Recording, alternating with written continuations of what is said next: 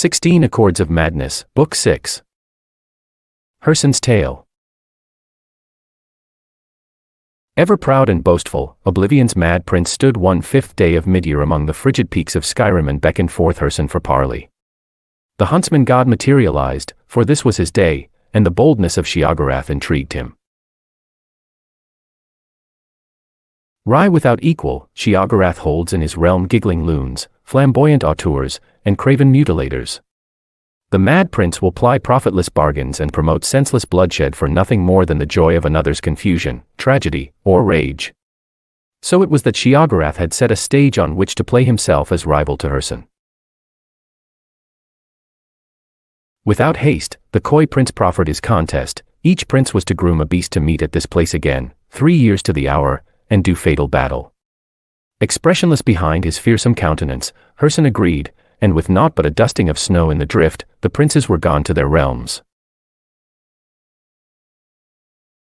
Confident, but knowing Sheogorath for a trickster, Hircine secretly bred an abomination in his hidden realm. An ancient Daedroth he summoned and imbued it with the foul curse of lycanthropy. Of pitch heart and jagged fang, the unspeakable horror had no peer, even among the great hunters of Hircine's sphere.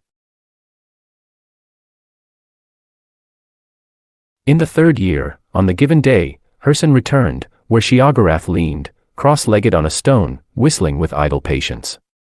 The prince of the hunt struck his spear to the ground, bringing forth his unnatural, snarling behemoth. Doffing his cap, sly as ever, Sheogorath stood and stepped aside to reveal a tiny, colorful bird perched atop the stone. Demurely it chirped in the bristling gusts, scarcely audible.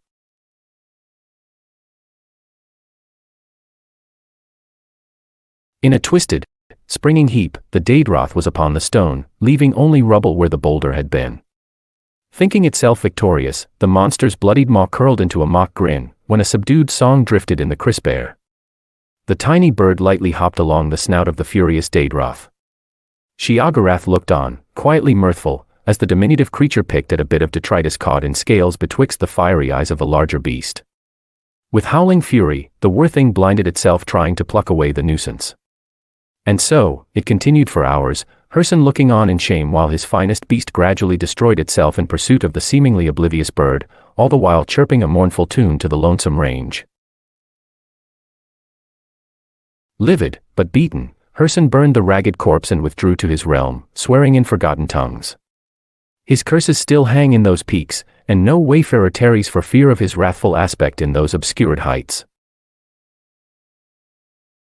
Turning on his heel, Sheogorath beckoned the minuscule songbird to perch atop his shoulder, and strolled down the mountain, making for the warm breezes and vibrant sunsets of the Abyssinian coast, whistling in tune with the tiniest champion in Tamriel.